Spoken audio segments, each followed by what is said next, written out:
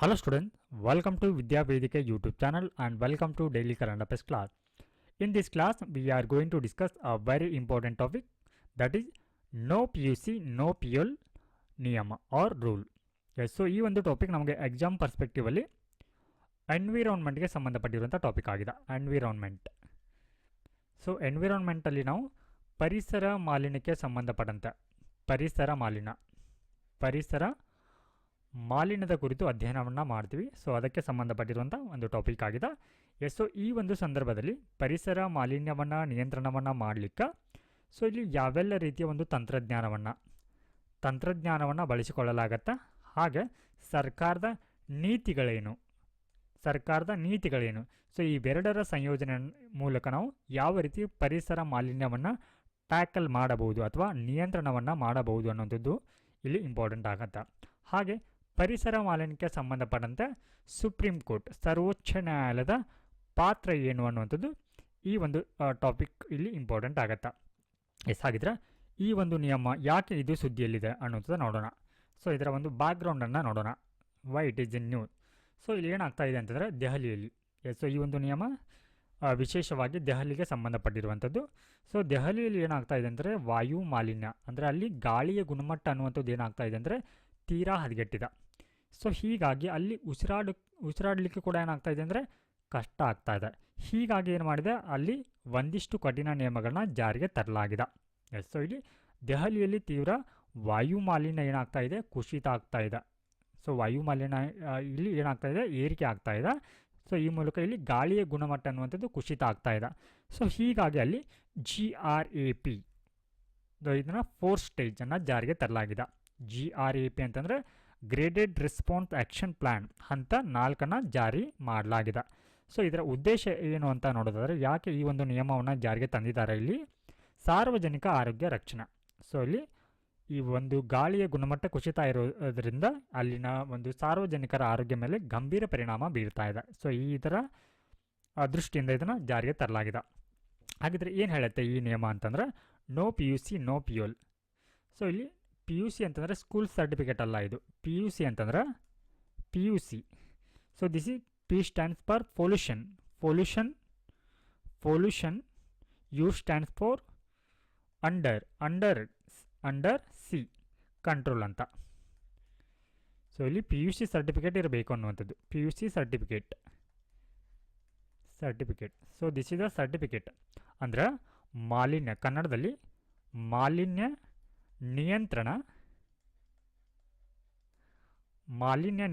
ಪ್ರಮಾಣ ಪತ್ರ ಅಂತ ಹೇಳಿ, ಪ್ರಮಾಣ ಪತ್ರ. ಸೊ ವಾಹನಗಳು ಈ ರೀತಿ ಒಂದು ಮಾಲಿನ್ಯ ನಿಯಂತ್ರಣ ಪ್ರಮಾಣ ಪತ್ರವನ್ನು ಮಾತ್ರ ಹೊಂದಿದ್ರೆ ಅವರಿಗೆ ಇಲ್ಲಿ ಏನು ಮಾಡಲಾಗುತ್ತೆ, PL ಅಥವಾ ಗಾಡಿಗಳಿಗೆ ಇಂಧನವನ್ನು ಒದಗಿಸಲಾಗತ್ತೆ ಅನ್ನುವಂಥದ್ದು. ಸೊ ಅಂದರೆ ಇಲ್ಲಿ ನಿಮಗೂ ಈ ಒಂದು ಪ್ರಮಾಣ ಪತ್ರವನ್ನು ಹೊಂದಿರದಿದ್ದರೆ ನಿಮಗೆ ಈ PL ಸಿಗೋದಿಲ್ಲ ಅನ್ನುವಂಥದ್ದು ಈ ಒಂದು ನಿಯಮ ಆಗಿದೆ. ಸೊ ಇದು ಸರಳವಾಗಿ ಹೇಳೋದಾದ್ರೆ, ಸೊ ಈ ಒಂದು ಮಾಲಿನ್ಯ ನಿಯಂತ್ರಣ ಪ್ರಮಾಣ ಪತ್ರ ಅಂತಂದ್ರೆ, ಸೊ ಇಲ್ಲಿ ವಾಹನಗಳಿಗೆ ಏನು ಮಾಡಲಾಗತ್ತೆ ಅಂತಂದರೆ ಎಮಿಷನ್ ಟೆಸ್ಟನ್ನು ಮಾಡಿಸಲಾಗತ್ತೆ. ಎಮಿಷನ್ ಟೆಸ್ಟ್ ಅಥವಾ ಕನ್ನಡದಲ್ಲಿ ಇದಕ್ಕೆ ಹೊಗೆ ವಿಸರ್ಜನಾ ಒಂದು ಪರೀಕ್ಷೆ ಅಂತಾರೆ. ಸೊ ಇಂತಹ ಒಂದು ಪ್ರಮಾಣ ಪತ್ರವನ್ನು, ಮಾನ್ಯ PUC ಪ್ರಮಾಣ ಪತ್ರವಿಲ್ಲದಂಥ ವಾಹನಗಳಿಗೆ ಇಲ್ಲಿ ಇಂಧನವನ್ನು ನಿರಾಕರಣೆಯನ್ನು ಮಾಡಲಾಗತ್ತೆ. ಸೊ ಇದುವೇ ಏನು ಅಂತಂದರೆ ನೋ PUC, ನೋ PL ನಿಯಮ ಅನ್ನುವಂಥದ್ದು. ಸೊ ಈ ಮೂಲಕ ಇಲ್ಲಿ ವಾಹನಗಳಿಗೆ ಇಲ್ಲಿ ಪೆಟ್ರೋಲ್ ಆಗಲಿ, ಡೀಸೆಲ್ ಆಗಲಿ ಅಥವಾ CNG ಮಾರಾಟವನ್ನು ನಿಷೇಧವನ್ನು ಮಾಡಲಾಗತ್ತೆ, ಯಾರು ಈ ಒಂದು PUC ಸರ್ಟಿಫಿಕೇಟ್ನ ಹೊಂದಿರದಿದ್ದರೆ. ಸೊ ಈ ಮೂಲಕ ಇದು ಕೇವಲ ದೆಹಲಿ ಒಂದು ವಾಹನಗಳಿಗೆ ಮಾತ್ರ ಅನ್ವಯ ಆಗೋದಿಲ್ಲ, ಬದಲಿಗೆ ಈ ದೆಹಲಿಯನ್ನು ಎಂಟರ್ ಆಗುವಂಥ ವಾಹನಗಳಿಗೆ ಕೂಡ ಇದು ಅನ್ವಯ ಆಗತ್ತೆ. ಹಾಗೆ ಇಲ್ಲಿ BS6 ಎಂಜಿನ್ ನಿಯಮ ಅನ್ನುವಂಥದ್ದಿದೆ. ಸೊ BS ಅಂತಂದರೆ ಇಲ್ಲಿ ಭಾರತ್ ಸ್ಟೇಜ್ ಅಂತ ಹೇಳಿ, ಭಾರತ್ ಸ್ಟೇಜ್ ಹಂತ 6 ಅಂತ. ಸೊ ಇಲ್ಲಿ BS6 ಎಂಜಿನ್ ಇರುವಂತಹ ವಾಹನಗಳಿಗೆ ಮಾತ್ರ, ಸೊ ದಿಸ್ ಇಸ್ ಎಂಜಿನ್ ಇರುವಂತಹ ವಾಹನಗಳಿಗೆ ಮಾತ್ರ ಇಲ್ಲಿ ದೆಹಲಿಗೆ ಪ್ರವೇಶಕ್ಕೆ ಅವಕಾಶವನ್ನು ನೀಡಲಾಗಿದೆ. ಹಾಗೆ BS ಈ 4ಕ್ಕಿಂತ, ಸೊ ಇಲ್ಲಿ ಕೇವಲ BS6ಗೆ ಅನುಮತಿಯನ್ನು ನೀಡಲಾಗಿದೆ. ಇನ್ನು ಇಲ್ಲಿ ನೋಡಿ BS4ಕ್ಕಿಂತ ಮತ್ತು ಅದಕ್ಕಿಂತ ಕೆಳಗಿನ ವಾಹನಗಳ ಪ್ರವೇಶಕ್ಕೆ ಇಲ್ಲಿ ನಿಷೇಧವನ್ನು ಮಾಡಲಾಗಿದೆ. ಸೊ ಈ ಒಂದು ನಿಯಮ ಅನ್ನುವಂಥದ್ದು ಯಾವ ಒಂದು ಪ್ರದೇಶಗಳ ಮೇಲೆ ಪರಿಣಾಮ ಬೀರಲಿದೆ ಅಂತಂದರೆ ಈ NCR region, so national capital territory ಏನಿದೆ, ಸೊ ಈ ಒಂದು ಪ್ರದೇಶಗಳ ಮೇಲೆ ಏನಾಗಲಿದೆ, ಇದು ಪರಿಣಾಮ ಬೀರಲಿದೆ.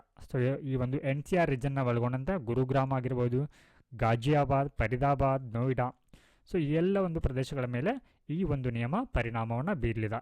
ಸೊ ಒಟ್ಟಾರೆಯಾಗಿ ಅಂದಾಜು ಇದು 12 ಲಕ್ಷ ವಾಹನಗಳ ಮೇಲೆ ಇದು ಪರಿಣಾಮವನ್ನು ಬೀರಲಿದೆ ಅನ್ನೋದನ್ನು ಹೇಳಲಾಗ್ತಾ ಇದೆ. ಸೊ ಈ ಒಂದು ನಿಯಮ no PUC and no fuel, ಈ ಒಂದು ನಿಯಮ ಇದೇ ದಿನದಂದು ಅಂದರೆ ಡಿಸೆಂಬರ್ 18ರಿಂದ ಜಾರಿಗೆ ಬರಲಿದೆ. ಸೊ ಈ ಒಂದು ಉಪಕ್ರಮದ ಅಡಿಯಲ್ಲಿ ಇಲ್ಲಿ ವಾಹನಗಳನ್ನ ಕೂಡ ತಪಾಸಣೆಯನ್ನು ಮಾಡಲಾಗ್ತಾ ಇದೆ, ಅಂತಿಮವಾಗಿ ಅದನ್ನು ಯಶಸ್ವಿಯಾಗಿ ಜಾರಿಗೊಳಿಸುವಂಥ ಒಂದು ನಿಟ್ಟಿನಲ್ಲಿ. ಸೊ ಇದಕ್ಕಾಗಿ 580 ಪೊಲೀಸರ ಸಿಬ್ಬಂದಿಗಳನ್ನು ನಿಯೋಜನೆ ಮಾಡಲಾಗಿದೆ. ಹಾಗೆ ಇದರೊಟ್ಟಿಗೆ 126 ಚೆಕ್ಪೋಸ್ಟ್ಗಳನ್ನು ನಿಯೋಜನೆ ಮಾಡಲಾಗಿದೆ, 37 ಎನ್ಫೋರ್ಸ್ಮೆಂಟ್ ವ್ಯಾನ್ಗಳಿದೆ. ಹಾಗೆ ಗಡಿ ಪ್ರದೇಶಗಳಲ್ಲಿ ಕಟ್ಟುನಿಟ್ಟಿನ ಪರಿಶೀಲನೆಯನ್ನು ಕೂಡ ಮಾಡಲಾಗ್ತಾ ಇದೆ. So very important. ಇವಾಗ ಈ ವಾಯು ಮಾಲಿನ್ಯಕ್ಕೆ ಸಂಬಂಧಪಟ್ಟಂತೆ, ವಾಯು ಮಾಲಿನ್ಯ ನಿಯಂತ್ರಣ ಸಂಬಂಧಪಟ್ಟಂತೆ ಇಲ್ಲಿ ಸುಪ್ರೀಂ ಕೋರ್ಟ್ ಪಾತ್ರ ಏನು ಅನ್ನೋಂಥದ್ದು ವೆರಿ ಇಂಪಾರ್ಟೆಂಟ್ ಆಗುತ್ತೆ. ಸೊ ಇಲ್ಲಿ ಸುಪ್ರೀಂ ಕೋರ್ಟ್ ಏನು ಹೇಳಿದೆ ಅಂತಂದರೆ 10 ವರ್ಷಕ್ಕಿಂತ ಹಳೆಯ ಡೀಸೆಲ್ ವಾಹನಗಳ, ಅಂದರೆ ಇದು ದೆಹಲಿಗೆ ಸಂಬಂಧಪಟ್ಟಂತೆ ಇಲ್ಲಿ 10 ವರ್ಷಕ್ಕಿಂತ ಹಳೆಯ ಡೀಸೆಲ್ ವಾಹನಗಳೇನಿರುತ್ತೆ, ಹಾಗೆ 15 ವರ್ಷಕ್ಕಿಂತ ಹಳೆಯ ಪೆಟ್ರೋಲ್ ವಾಹನಗಳೇನಿರುತ್ತೆ, ಹಾಗೂ BS4ಗಿಂತ ಕಡಿಮೆ ಮಾನದಂಡ ಪೂರೈಸಿದಂಥ ವಾಹನಗಳ ವಿರುದ್ಧ ಕ್ರಮವನ್ನು ಕೈಗೊಳ್ಳಬೇಕಂತ ಹೇಳಿ ಅಲ್ಲಿನ ಸರ್ಕಾರಕ್ಕೆ ಏನು ಮಾಡಿದೆ, ಇಲ್ಲಿ ಈ ಒಂದು ಆದೇಶವನ್ನು ಇಲ್ಲಿ ಸುಪ್ರೀಂ ಕೋರ್ಟ್ ನೀಡಿರುವಂಥದ್ದು. ಸೊ ಮೇಲೆ ನಾವು ನೋಡಿದ್ವಿ ಪೊಲೀಸರ ನಿಯೋಜನೆ ಆಗಿರ್ಬೋದು, ಚೆಕ್ ಪೋಸ್ಟ್ಗಳ ಒಂದು ನಿಯೋಜನೆ ಆಗಿರ್ಬೋದು, ಅಥವಾ ಗಡಿ ಪ್ರದೇಶಗಳಲ್ಲಿ ಕಟ್ಟುನಿಟ್ಟಿನ ಪರಿಶೀಲನೆ, ಇದು ಎಲ್ಲವೂ ಕೂಡ ಆಡಳಿತಾತ್ಮಕ ಒಂದು ಕ್ರಮಗಳು. ಯಾವ ರೀತಿ ನಾವು ಈ ಒಂದು ವಾಯು ಮಾಲಿನ್ಯವನ್ನು ಟ್ಯಾಕಲ್ ಮಾಡ್ತೀವಿ ಅಥವಾ ನಿಯಂತ್ರಣ ಮಾಡ್ತೀವಿ ಅನ್ನುವಂಥದ್ರ ಕುರಿತು. ಹಾಗೆ ಇದರೊಟ್ಟಿಗೆ ಇಲ್ಲಿ ಕಚೇರಿ ಮತ್ತು ಉದ್ಯೋಗ ನಿಯಂತ್ರಣ, ನೋಡಿ ಇಲ್ಲಿ ಖಾಸಗಿ ಕಚೇರಿಗಳಾಗಿದ್ರೆ, ಸೊ ಈ ಖಾಸಗಿ ಕಚೇರಿಗಳ ಸಿಬ್ಬಂದಿಗಳು ಇಲ್ಲಿ ಗರಿಷ್ಠ 50% ಸಿಬ್ಬಂದಿಗೆ ಮಾತ್ರ ಇಲ್ಲಿ ಅವಕಾಶವನ್ನು ನೀಡಲಾಗತ್ತೆ. ಅಂದರೆ ಉಳಿದವರು ಇನ್ನು 50% ಏನಿರ್ತಾರೆ ಅವರಿಗೆ ಇಲ್ಲಿ ವರ್ಕ್ ಫ್ರಮ್ ಹೋಮ್ ಅವಕಾಶವನ್ನು ಕೊಟ್ಟಿದ್ದಾರೆ. ಅಂದರೆ ಇಲ್ಲಿ 50% ಅವರಿಗೆ ಕೊಡೋದ್ರಿಂದ ಇಲ್ಲಿ ಏನಾಗುತ್ತೆ, ಅವರು ವಾಹನಗಳಲ್ಲಿ ಬರೋದಿಲ್ಲ. ಸೊ ಹೀಗಾಗಿ ಅಟ್ಲೀಸ್ಟ್ ಸ್ವಲ್ಪನಾದರೂ ಏನು ಮಾಡ್ಬೋದು ಅಂತಂದರೆ ಇಲ್ಲಿ ಈ ಒಂದು ಏರ್ ಪೊಲ್ಯೂಷನ್ನ, ವಾಯು ಮಾಲಿನ್ಯವನ್ನು ಏನು ಮಾಡ್ಬೋದು ಅಂತಂದರೆ ಇಲ್ಲಿ ಕಡಿಮೆ ಮಾಡಬಹುದು ಅನ್ನುವಂಥ ಒಂದು ಉದ್ದೇಶ ಇದಾಗಿದೆ.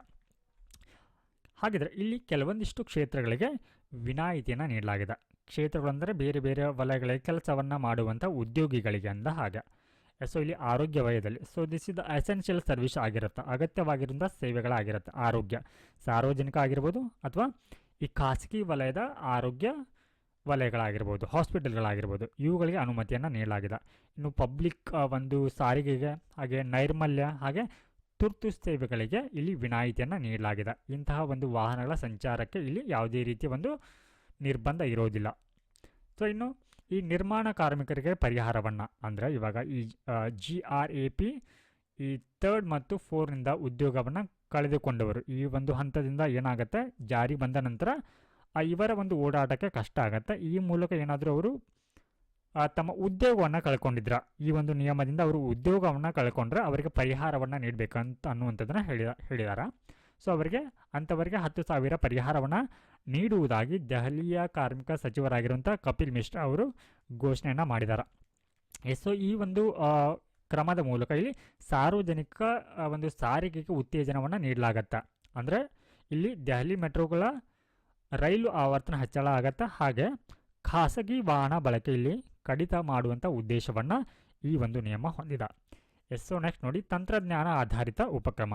ಸೊ ಇದರ ಅಡಿಯಲ್ಲಿ ನಾವು ಈ ಒಂದು ವಾಯು ಮಾಲಿನ್ಯಕ್ಕೆ ಸಂಬಂಧಪಟ್ಟಂತೆ ಯಾವ ರೀತಿ ತಂತ್ರಜ್ಞಾನಗಳನ್ನ ಬಳಸಿಕೊಳ್ಳಬಹುದು ಅನ್ನುವಂಥದ್ದಕ್ಕೆ ಸೊ ಬೆಸ್ಟ್ ಎಕ್ಸಾಂಪಲ್ ಆಗಿದೆ.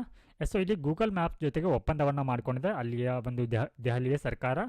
ಆ ಮೂಲಕ ಈ ಗೂಗಲ್ ಮ್ಯಾಪ್ಸ್ ಮೂಲಕ ಅದು ಏನು ಮಾಡುತ್ತಾ 100 ವಾಹನ ಮಾಲಿನ್ಯ ತಾಣಗಳನ್ನ ಗುರುತು ಮಾಡಿದ.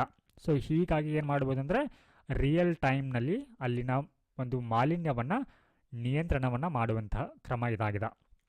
ಹಾಗೆ ರಸ್ತೆ ಧೂಳು ಮತ್ತು ತ್ಯಾಜ್ಯ ನಿಯಂತ್ರಣಕ್ಕೆ ಸಂಬಂಧಪಟ್ಟಂತೆ ಅಲ್ಲಿ PWDಗೆ ನಿರ್ದೇಶನವನ್ನು ನೀಡಿದ. ಹಾಗೆ ಅಲ್ಲಿ 70 ಯಾಂತ್ರಿಕ ರಸ್ತೆ ಗುಡಿಸುವವರು, ಸೊ ಇಲ್ಲಿ ಯಾಂತ್ರಿಕ ಅಂದರೆ ಮಷಿನ್ಗಳಿಂದ ಏನು ಮಾಡಲಾಗುತ್ತೆ, ಅಲ್ಲಿ ರಸ್ತೆಗಳನ್ನ ಕ್ಲೀನ್ ಮಾಡಲಾಗತ್ತೆ. ಸೊ ಏನಾಗುತ್ತೆ ಅಂದರೆ ಇಲ್ಲಿ ರಸ್ತೆಗಳನ್ನ ಗುಡಿಸುವಂಥ ಉದ್ದೇಶ ಏನಂದರೆ ಅಲ್ಲಿ ಧೂಳು ಇರುತ್ತೆ ಅಲ್ವಾ, ಅಕ್ಯುಮಿಲೇಟ್ ಆಗಿರುತ್ತೆ ಅಲ್ವಾ, ಧೂಳನ್ನು ಅಲ್ಲಿ ಕ್ಲೀನ್ ಮಾಡುವ ಮೂಲಕ ಸೊ ವಾಹನಗಳ ಒಂದು ಸಂಚಾರದಿಂದ ಏನಾಗುತ್ತೆ ಗಾಳಿಯಲ್ಲಿ ಸೇರಿಕೊಂಡು ಮತ್ತಷ್ಟು ಗಾಳಿ ಏನಾಗುತ್ತೆ ಕಲುಷಿತ ಆಗುತ್ತೆ. ಸೊ ಹೀಗಾಗಿ ಅದನ್ನು ಸ್ವಚ್ಛಗೊಳಿಸುವಲ್ಲಿಗೆ 70 ಯಾಂತ್ರಿಕ ರಸ್ತೆ ಗುಡಿಸುವವರನ್ನು ನೇಮಿಸಲಾಗಿದೆ. ಹಾಗೆ ಅದರಲ್ಲಿ ನೀರು ಸಿಂಪಡಿಸುವಂಥ ಕೆಲಸವನ್ನು ಮಾಡಲಾಗತ್ತೆ. ಹಾಗೆ ನಗರ ಮಟ್ಟದಲ್ಲಿ 100 ಕಸ ತೆಗೆಯುವವರನ್ನು ನಿಯೋಜನೆ ಮಾಡಲಾಗಿದೆ. ಹಾಗೆ 300 ನೀರು ಸಿಂಪಡಿಸುವಂಥ ಯಂತ್ರಗಳನ್ನ ಕೂಡ ಇಲ್ಲಿ ನಿಯೋಜನೆ ಮಾಡಲಾಗಿದೆ. ಸೊ ಇಲ್ಲಿ ಪ್ರಸ್ತುತ ದೆಹಲಿಯಲ್ಲಿ ಈ ಒಂದು ಗಾಳಿಯ ಗುಣಮಟ್ಟ ಯಾವ ರೀತಿ ಇದೆ ಅನ್ನೋಂಥದ್ದು ನೋಡೋಣ. AQI ಸ್ಥಿತಿ. AQI ಅಂತಂದರೆ ಏರ್ ಕ್ವಾಲಿಟಿ ಇಂಡೆಕ್ಸ್ ಅಂತ. ಏರ್ ಕ್ವಾಲಿಟಿ ಇಂಡೆಕ್ಸ್ ಗಾಳಿಯ ಗುಣಮಟ್ಟ ಸೂಚ್ಯಂಕ ಅಂತ ಹೇಳಿ ಯಾವ ರೀತಿ ಇದೆ. ಸೊ AQI ಸುಧಾರಣೆ ಅನ್ನುವಂಥದ್ದು ಅಂದರೆ ಕಳೆದ ವರ್ಷಕ್ಕೆ ಹೋಲಿಸಿದ್ರೆ ಕಳೆದ ವರ್ಷ 354 ಇತ್ತು. ಸೊ ಪ್ರಸ್ತುತ ಇದು 334ಕ್ಕೆ ಬಂದಿದೆ. ಅಂದರೆ ಸ್ವಲ್ಪ ಸುಧಾರಿಸಿದೆ ಹೋದ ವರ್ಷಕ್ಕೆ ಹೋಲಿಸಿದರೆ ಅಂತ. ಸೊ ಇಲ್ಲಿ ಸುಧಾರಣೆ ಕಂಡರೂ ಕೂಡ ಈ ಒಂದು ದೆಹಲಿಯ ಗಾಳಿಯ ಗುಣಮಟ್ಟವನ್ನು ವೆರಿ ಪುವರ್ ವರ್ಗದಲ್ಲಿಯೇ ಸೇರಿಸಲಾಗಿದೆ. ಅಂದರೆ ಇತರ ಒಂದು ನಗರಗಳಿಗೆ ಹೋಲಿಸಿದರೆ ಈ ಭಾಗದ ಗಾಳಿಯ ಗುಣಮಟ್ಟ ತುಂಬ ಕಳಪೆಯಾಗಿದೆ ಅಂತ ಇದರ ಅರ್ಥ. ಸೊ ಇನ್ನು ಸಂಚಾರ ನಿರ್ವಹಣೆಗೆ ಸಂಬಂಧಪಟ್ಟಂತೆ ಅಲ್ಲಿ ಸಂಚಾರ ಪೊಲೀಸರೊಂದಿಗೆ ಸಮಗ್ರ ಟ್ರಾಫಿಕ್ ಒಂದು ಮ್ಯಾನೇಜ್ಮೆಂಟ್ ವ್ಯವಸ್ಥೆಯನ್ನು ಕೂಡ ಮಾಡಲಾಗಿದೆ. ಸೊ ಈ ಒಂದು ಘೋಷಣೆಯನ್ನು ಪರಿಸರ ಸಚಿವರಾಗಿರುವಂಥ ಮಂಜಿಂದರ್ ಸಿಂಗ್ ಸಿರ್ಸಾ ಅವರು ಘೋಷಣೆಯನ್ನು ಮಾಡಿದ್ದಾರೆ. ಹಾಗೆ ಅಲ್ಲಿನ ನಗರ ಒಂದು ಮೂಲ ಸೌಕರ್ಯ ಹೂಡಿಕೆಗೆ ಸಂಬಂಧಪಟ್ಟಂತೆ ಇಲ್ಲಿ MCDಗೆ ಸರ್ಕಾರದ ನೆರವನ್ನು ಕೂಡ ನೀಡುತ್ತೆ. 10 ವರ್ಷಗಳಲ್ಲಿ 2700 ಕೋಟಿ ರೂಪಾಯಿನ ಕೂಡ ನೀಡಲಾಗಿದೆ. ಹಾಗೆ ಯಾಂತ್ರಿಕ ಕಸ ಗುಡಿಸುವವರು ಮತ್ತು ಕಸ ತೆಗೆಯುವಂಥ ಸಾಧನಗಳಿಗೆ ಈ ಒಂದು 2700 ಕೋಟಿ ರೂಪಾಯಿನ ಕೊಡಲಾಗಿದೆ.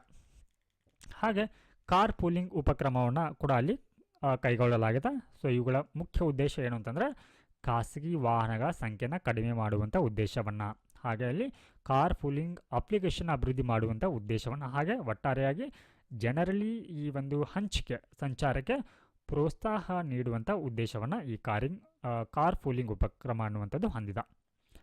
ಸ್ನೇಹಿತರೆ, ಈ ಒಂದು ವಿಡಿಯೋ ನಿಮಗೆ ಇಷ್ಟವಾದಲ್ಲಿ ತಪ್ಪದೆ ಈ ಒಂದು ವಿಡಿಯೋಗೆ ಲೈಕ್ ಮಾಡಿ. ಹಾಗೆ ಕರೆಂಟ್ ಅಫೇರ್ಸ್ ಕುರಿತಾದಂಥ ಒಂದು ಮಾಹಿತಿಗಾಗಿ ನಮ್ಮ ಚಾನಲ್ನ ಸಬ್ಸ್ಕ್ರೈಬ್ ಮಾಡಿ.